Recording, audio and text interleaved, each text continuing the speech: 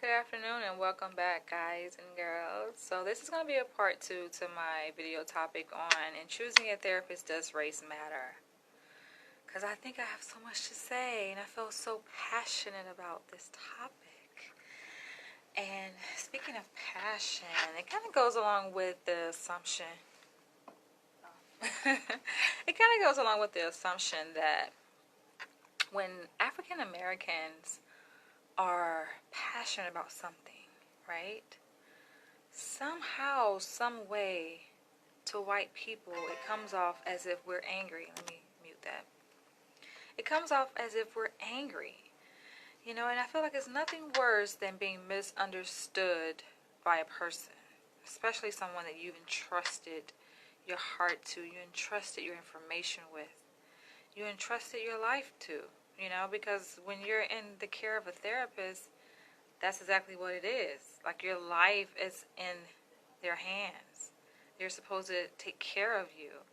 And then when these people misinterpret certain emotions, certain behaviorisms, certain things that you do or say, the way you express your feelings, it can definitely cause problems in the context of a therapy relationship. It can inhibit the process of therapy. It can cause a disconnect between the client and the therapist. And this is actually a very fresh issue that has impacted me recently. Like, even in one of my classes, it's like, granted, I'm the only African American student in the class, which is, to me, is not a big deal. But sometimes your race becomes more salient given the certain dynamics of the group and the surroundings in which you are in. So it's like, apparently my mannerisms, the way I present myself, I feel like it's just being misinterpreted. People are looking at me like I'm guarded. That has come up in my class. It's like, oh, Danielle, you're guarded. And I'm like, guarded? I don't consider myself a guarded person. Like, I'm pretty open. And it's not just on me on social media, but me in real life. Like, if I feel like if I can feel comfortable around a person, which for most people I do feel comfortable around, and especially in the context of my classes, like at school, that's like one of the most safest places that I could ever be, in school. But yeah, it's just like, oh, you're guarded. And I'm like, no, maybe you just misinterpreting my presentation. I'm not guarded. I'm very stern. I can come off as very resilient looking and strong and focused. I can definitely attest to that. Like, I'm pretty focused. So focused, like, my attention is just like this, you know? And unless, I guess, people say something to me, sometimes I do. It depends. It depends if I'm interested or not, you know? Sometimes I don't really say too much to most people because I think that's naturally who I am. I'm more of an introvert. And so it may come off as, oh, you're a guard, or you're stuck up, or you don't want to engage with us, or you don't want to build group cohesion. I'm like, that can be so far away from the truth. I'm open to human connection. I wouldn't be in this field if I wasn't. Maybe what you are misinterpreting as guarded is just who I am. Not just in this class, but in the world. Because granted, what you see in a smaller group context is only a microcosm and a parallel process to how that person is out in the real world. That's just who they are. Like, what do you expect? What are you looking for? Other than who that person is in the real world. And I'm kind of like, I swear, like, even when I'm out and about walking, tunnel vision. That's just who I am. Not to say I don't observe my surroundings. I mean, of course, there's times that I slow down a little bit and I smell the roses. But for the most part, your girl focused, man. Your girl walking with a mission. And unless someone stops me and engage in conversation with me, usually I don't. But sometimes I do. Like I said, it just depends if I'm interested in a person or not. There's many different things that may capture my interest in a person. You know, something that they're wearing, something they said. Just recently today, I said something to a woman. I initiated conversation because I noticed she had this very dark complexion the skin tone. It's really pretty. It's like dark chocolate. And I said to her, I love your skin tone, you know. And she looked up at me and she smiled and said, thank you. You know, so yeah, I have my moments where I initiate conversation. For the most part, your girl kind of to herself. And as it relates to the topic of this video, when choosing a therapist, does race matter? It's like, yeah, there's so many different components and nuances as it relates to one's race and culture that should be taken into consideration. For a therapist who's working with a client or choosing a client, because yes, therapists can choose clients, and therapists can say, you know what, I don't think that what you're presenting fits within my scope of competency. They may refer out. So yes, therapists can choose clients, but more importantly, clients choose their therapist. And with that, I think it's a lot to be said about emotionality and cultural considerations as it relates to the way we express our emotions. I made a video about this a couple days ago entitled just that, emotionality and cultural considerations in psychotherapy. And it's just something that people miss. It just goes right over their head. It's like we're taught this stuff, we learn in school, but when it comes to putting it into practice, it just goes through one ear and not the other, apparently. They don't really put it into practice. But it's just like, yes, African Americans, Latinos, people from different cultural groups express their emotions differently, and a lot of times they're misinterpreted. It is. Prime example how I started the video earlier, and how you guys saw me in the part 1 to this video. That's me with passion. Like, you guys will know if I feel very passionate about a topic because I sound and look just like this. I may use my hands a lot, or just you see me kind of going, like I'm going. I'm like a river just flowing. That's how you know I'm very passionate. I feel very passionate about a topic. It's not that I'm angry, but if I was angry, so what? I feel like that's another thing. When people are like, oh, you're angry, when a person is, expressing themselves very passionately about something, it's like, oh, you're angry. And it's almost as if they feel just uncomfortable with your anger. Instead of them sitting with that anger, they're like, oh, you're angry. You're so quick to point it out. You're angry, as if it's a bad thing. Which goes to show they're not comfortable with black people being angry. Black people can't be angry around white people. Because they minds think the worst. They think like, oh, she's angry, violence is going to come after that. Even had one of my colleagues say something to that effect, like, oh, I was kind of worried because I thought that something bad was going to happen. I'm just like, dude, that's kind of undermining African Americans' ability to be able to control themselves in situations that involves a lot of emotion, as if we don't know how to control ourselves physically, like, without lashing out or physically attacking someone. Like, we can be angry without attacking. There are black people who can do that. Many of us can do that. But thanks to the media, radio, television, movies, it's like it paints us as if we just have complete loss of control and we just don't know how to manage our emotions, regulate our emotions, Yes, it takes skill to be able to do that, but I think for the most part, black people, we can do that. Same thing with Latinos. Latinos can present themselves as very emotionally provocative, They're very emotional beings. And there's nothing wrong with emotion. Actually, it's a great thing, but sometimes they may not feel comfortable expressing that because of how other people take it, I even had a colleague who's Latina say she went to this therapist, because like I said, part of our program, we're required to do a certain number of hours of psychotherapy to become psychologists.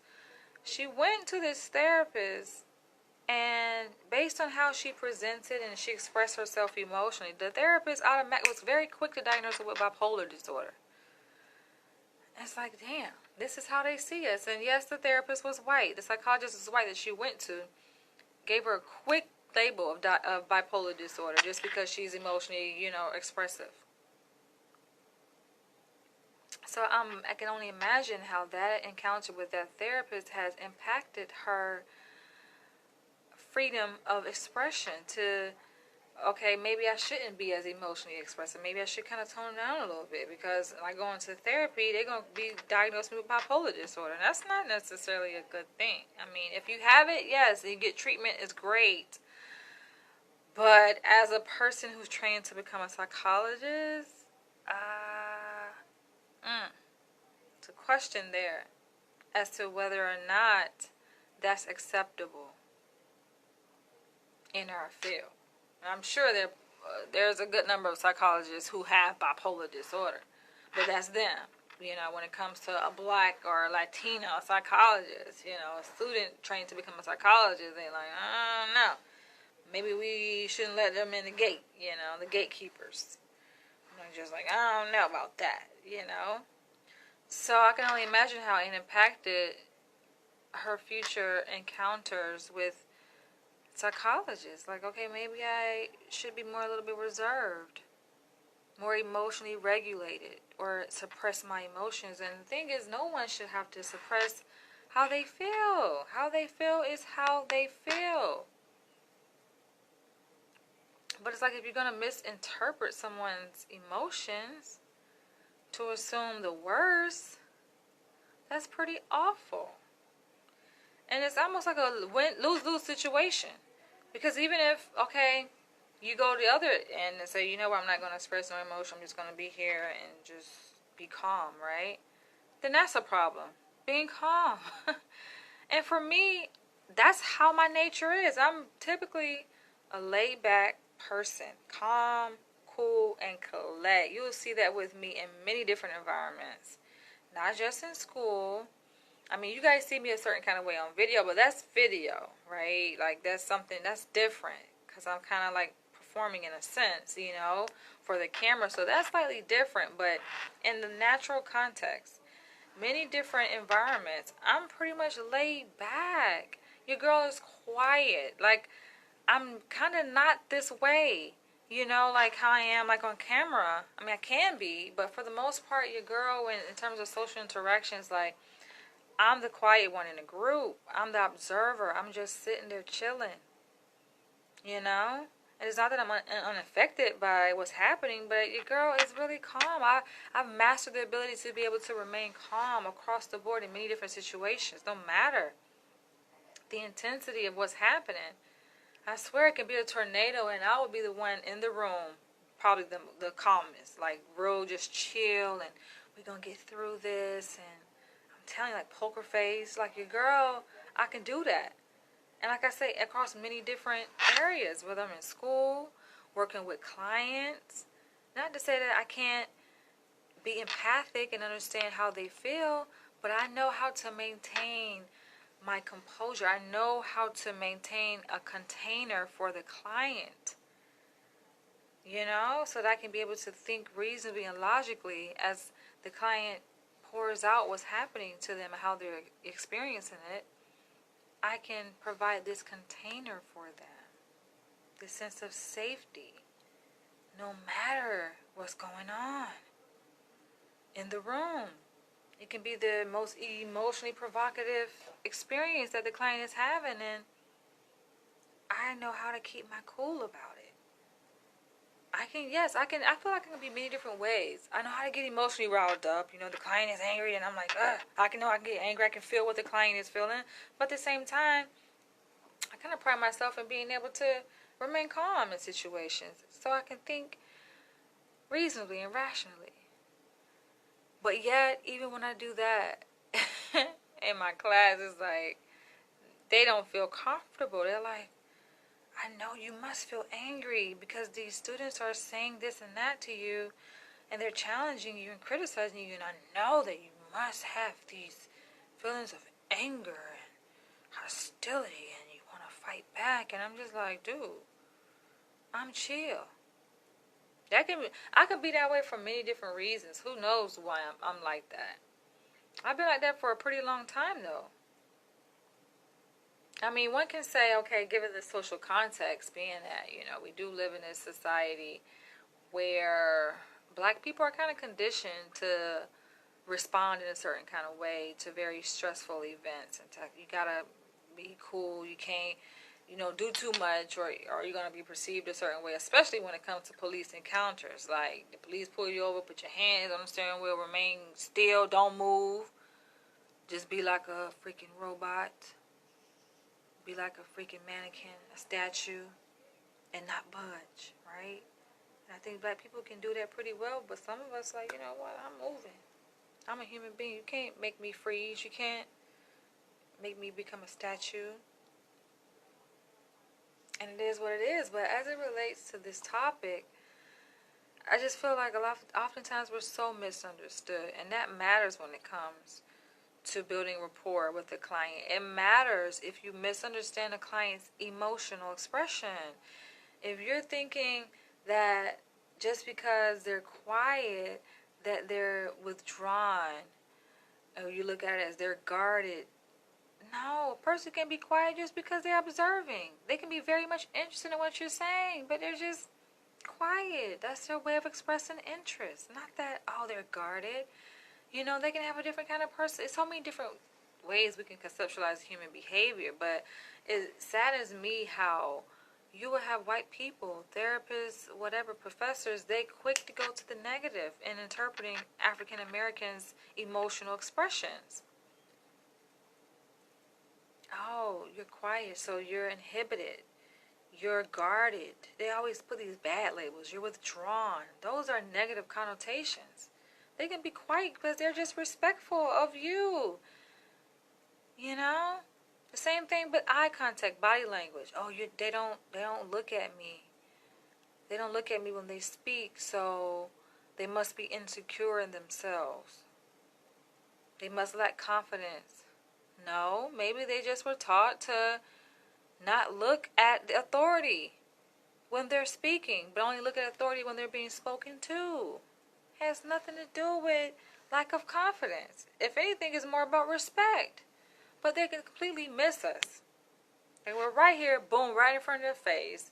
And even sometimes we give points and try to tell them how they can better understand us and interpret us, and they still reject it. They're like, no, that's not it. I'm gonna see you for how I want to see you. As opposed to taking in what you're saying, taking in your suggestions and your feedback. I've told my colleagues and my professors to try to give them a picture of, okay, how to best understand me and make sense of who I am, and they still make up their own assumptions. I was like, you know what? At this point, it's not my job to try to convince you of anything about how to understand me. I did it. It didn't land. It didn't sink in. So, hey, that's it. It's not my job. And if anything, you're doing yourself a disservice by dismissing what I'm saying, because when it comes to you getting licensed and you have a black client in front of you and you do the same exact thing to them, how you've interacted with me, and you're misinterpreting situations, you're misinterpreting body language, you're misinterpreting emotional expressions, that's going to cost your ass big time. That's going to cost you. And you're not going to get very far in working with African American clients if that's the case. If you're not willing to be humble and to listen, to explore, to not assume that all black people are the same. Oftentimes, white people make this biggest mistake, and even black people do it too, of assuming all black people are from the hood. Yes, a good number of us are from the hood, but not all of us are from the hood. Some of us actually grew up in well-to-do environments, middle class, upper class, well-educated, come from really financially stable environments and family environments. But I think it's very easy for people to just rely on their stereotypes and assume all black people are this way. And you miss the mark by putting us all in the same box. It's happened so many times, man. And after so many times, it does get annoying. It gets annoying because they just see us all the same way and they totally miss who we are.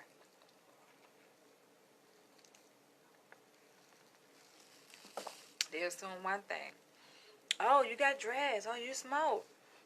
I think my supervisor kind of hinted to that. She was like, oh. She's trying to, I guess, I don't know, trap me or something. She was like, it smells like smoke in here. I don't know what she expected me to say, but I didn't say anything. But I guess she assumed I have dreads, so I smoke weed or I smoke. I'm like, no. They assume so many things. Oh, you black, so you must live this in this place, or you must have this experience. No, not necessarily. You have to see each individual person for who they are. It's better to ask questions and to express a form of curiosity to get to know a person versus assuming shit. Because the moment you start assuming is a moment when, especially your assumption is wrong, which 90% of the time it is, you're going to miss that person. And that's going to create a rupture in the relationship, man. And some ruptures are not repairable. I know this thing in therapy where they say, oh, well, ruptures are good because it gives you a chance to repair and teach the client that, you know, even though you have problems and conflicts, interpersonal conflict, that things can be repaired. But sometimes you don't get the opportunity. Don't assume that as a therapist you can always have the opportunity to repair your ruptures and your fuck-ups, because you don't get it, man. And you end up losing people. And I'm sure there are many white clients to go around that you don't even need to have black clients to work with. But it depends on where you work at. Sometimes you're not afforded the opportunity to be able to say, okay, well, I just want to work with white clients. Sometimes you don't get that, you know? And you can miss a very valuable experience. Also, along with being able to understand your clients, is just keeping up with the times. With the young people, the young generation, they have their own, that's their own culture by itself. And it's always amazing, even the clients that I work with, they be so amazed, because I treat teenagers too with adults, and the teenagers be like, dang, how you know that?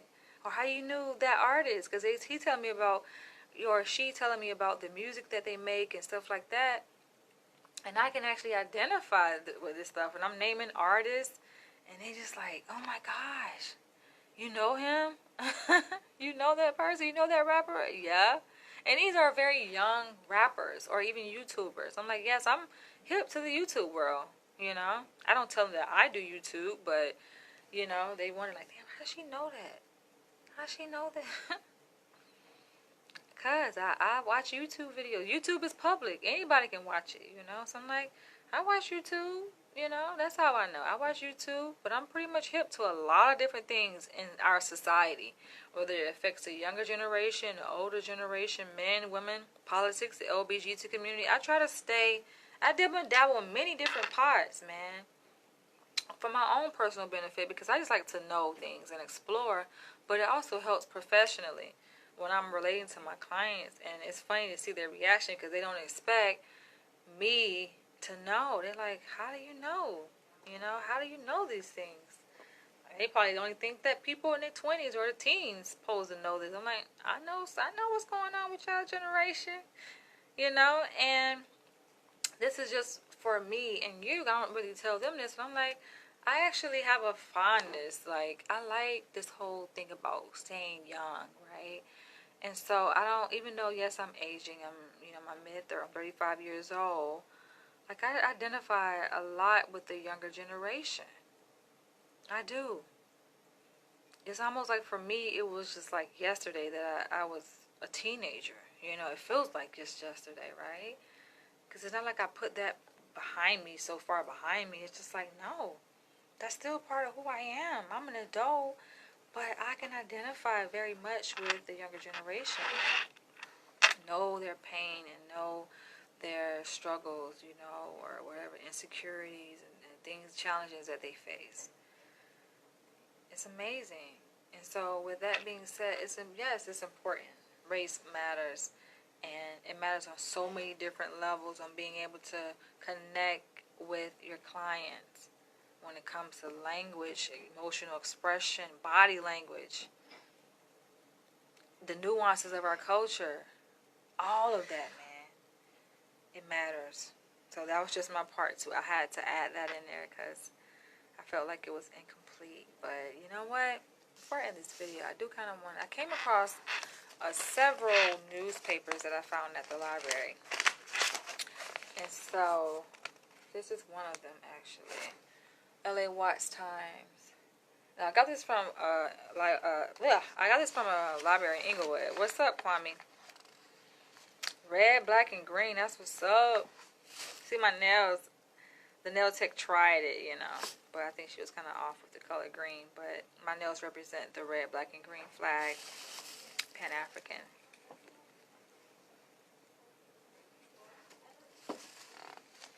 So, as y'all guys can see, Charlamagne the God was a very popular radio host on,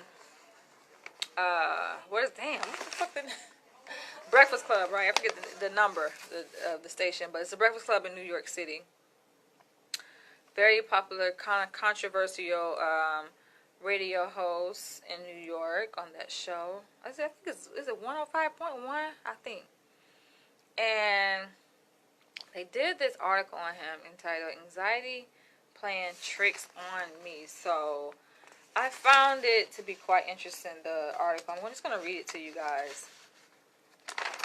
Interesting. Charlamagne, he's an interesting character, to say the least.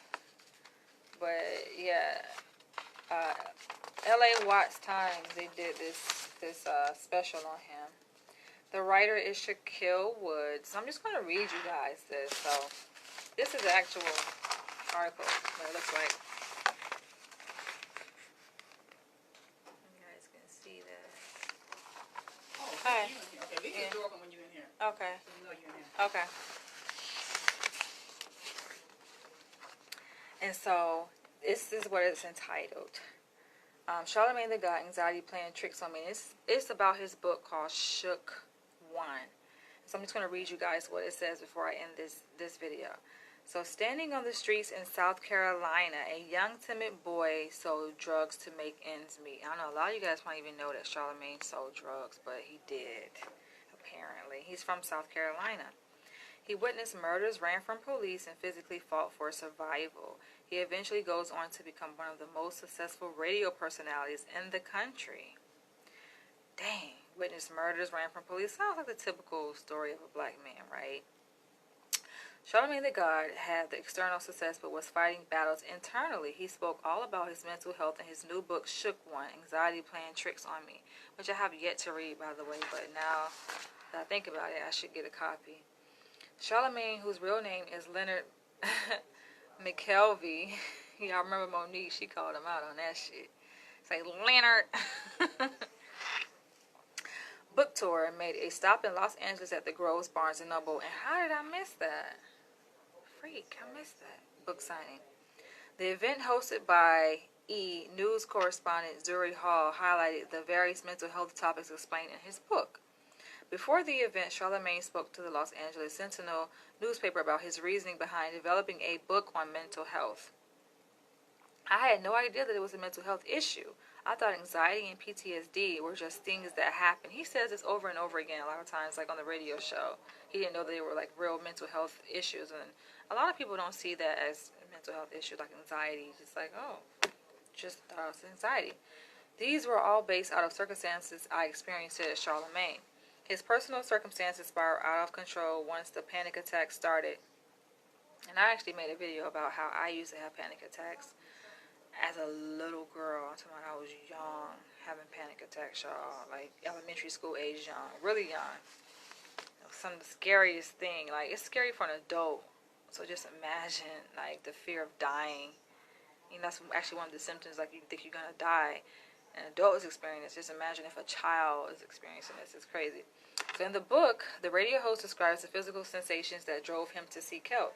The help he needed was something he never considered until his wife persuaded him. It was a female that drove him into therapy. Interesting. She told me to find a therapist, said Charlamagne. We in the black community think going to a therapist is a taboo subject. But why are you working on all other aspects of your health and not your mental health? Imagine if you had a messy closet. A therapist's job is to help you clean out all the junk you've accumulated over the years. That's what has helped me. Shook One, Anxiety Playing Tricks on Me, not only includes Charlamagne's personal mental health history, but also gives insight to clinical diagnoses. Every chapter includes a clinical analysis behind the story shared. That's a great idea. Wow, you would think that he's like a mental health professional, because that's something that a mental health therapist probably would do, you know, kind of incorporate their autobiography and add like a clinical analysis to it, which is actually something that I'm doing with American Dreamer, but mine is a little bit more political than it is mental health related. Okay. The perspective that I wanted to immortalize was a black man sharing all my experiences for the past 40 years, and another brother, Dr. Ish Major, coming in giving that expert analysis and clinical correlation to my experiences. After a public firing from his radio job with host Wendy Williams, Charlamagne eventually found his way to a new radio show called The Breakfast Club, which is actually way more successful, I think. Since then, The Breakfast Club accumulates millions of listeners and online views. As his success grew on social media, so did backlash from listeners. Because he's pretty controversial. A lot of people kind of don't like him because he's like really cutthroat and just straightforward with it and don't hold back.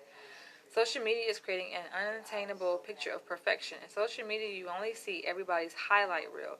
You never see the background. People are afraid to talk like how I'm talking because they fear the backlash. He briefly stopped before continuing. If I was a 14-year-old growing up in this era and had to continue to try to be perfect, I would just kill myself as soon as I make a mistake, said Charlemagne. Though the book shares the reality of dealing with anxiety, Charlemagne acknowledges positive ways to deal with daily stress. He says he never reaches for his phone in the morning. Interesting. That's like one of the first things that most of us reach for is our cell phone, usually in the morning, right? Why would I expose myself to such negativity early in the morning? I read my daily affirmations and positive quotes. If I'm driving, I'll listen to 90s and R&B or Oprah Super Soul conversations. I don't want any negativity to rot my brain, Charlemagne explained. Check One Anxiety Plan Tricks on Me is available online and any retail bookstore.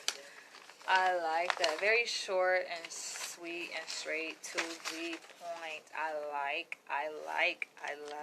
Alright, you guys. So, that pretty much wraps it up for this video. I want you guys to feel free to share your thoughts, questions, concerns, feelings down below on this topic on choosing a therapist, whether or not race matters. Does it factor into that equation for you or not? And I'll catch you guys in the next one. Share this video also with your friends and family. Love you guys. Bye.